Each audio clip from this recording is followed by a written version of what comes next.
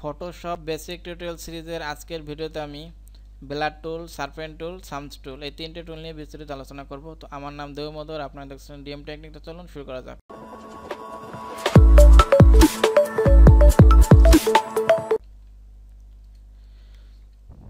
Blur টুল, blur কথার অর্থ আপনার ঝাপসা। এটা আপনার ইমেজকে ঝাপসা করে দেয়। যেমন দেখেন এই যে এখানে আপনার যত বেশি এটা ক্লিক করতে থাকবেন এটা আস্তে আস্তে ঝাপসা হয়ে যাবে। এখানে স্ট্রেন্থ যদি আপনি 100% করেন তাহলে ঝাপসাটা খুব দ্রুত হবে, আর যদি কম দেন তাহলে একটু বেশি সময় নিয়ে আস্তে আস্তে ঝাপসা হবে।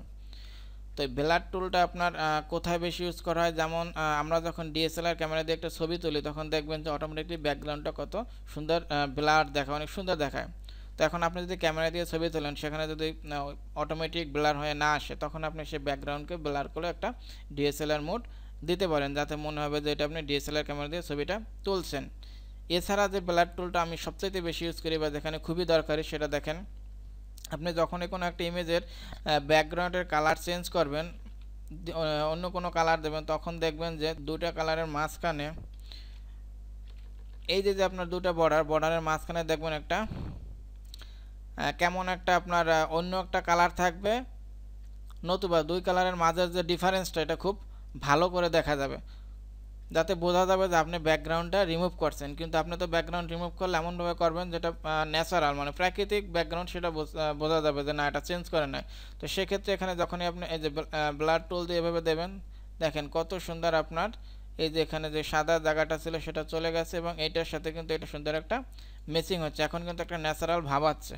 তো আপনি যখনই কোনো ব্যাকগ্রাউন্ড কালার চেঞ্জ করবেন তখন কিন্তু আপনার ব্লার টুলটা দিয়ে সেটা খুব সুন্দর করে মিলিয়ে দিতে পারবেন।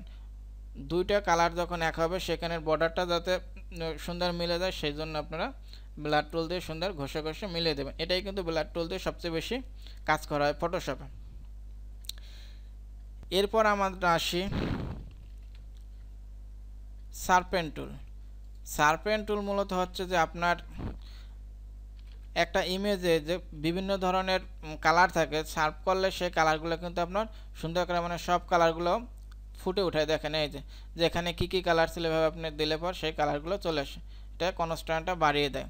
এটা দিয়ে কিন্তু আপনার যদি দেখেন বেশি যদি আপনি এভাবে ড্র্যাগ করেন দেখবেন আস্তে আস্তে কিন্তু ছবিটা নষ্ট হয়ে যাবে। তাই এটা অনেক ক্ষেত্রে ধরেন আপনি ফেসটা বোঝাবেন না, এই জন্য ছবিটা কিন্তু নষ্ট করতে পারেন এভাবে যদি এরকম বারবার ড্র্যাগ করতে থাকেন।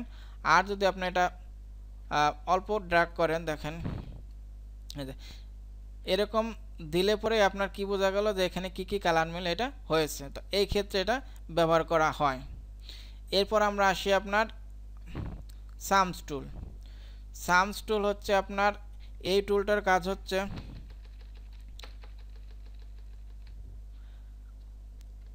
কোনো কিছুকে আপনি চাপানো বা বাড়ানো। যেমন একটা বিষয় খেয়াল করেন, ধরেন এই যে ঠোঁট আছে, আমি এটা যদি চাই যে এটা দিয়ে দেখেন এই যে আমি কিন্তু চাপাই দিতে পারছি, দেখেন মিলিয়ে দিতে পারছি। ধরেন কোনো ইমেজ যদি খুব মোটা হয় সেটা কিন্তু আপনি এভাবে এই সামস টুল দিয়ে এভাবে চাপাই দিতে পারেন, আবার চাইলে কিন্তু আপনি এভাবে মোটাও করে দিতে পারেন এবং একটা ছবিকে আপনি এভাবে ইচ্ছা করলে নষ্টও করে দিতে পারেন। তো সামস টুলের কাজেই হচ্ছে আপনার কোনো একটা বিশেষ অংশকে আপনি এরকম আস্তে আস্তে করে চাপাইয়ে দিতে পারেন, আবার চাইলে সেটাকে বাড়িয়েও দিতে পারেন। এটা হচ্ছে মূলত সামস টুলের কাজ। তা এই ছিল আমার ভিডিওটা যদি আপনাদের বুঝতে কোনো কষ্ট হয় তাহলে অবশ্যই কমেন্ট করবেন, আমি রিপ্লাই দেব। ভালো থাকবেন সবাই, নিজের খেয়াল রাখবেন। Thank you, bye, take care.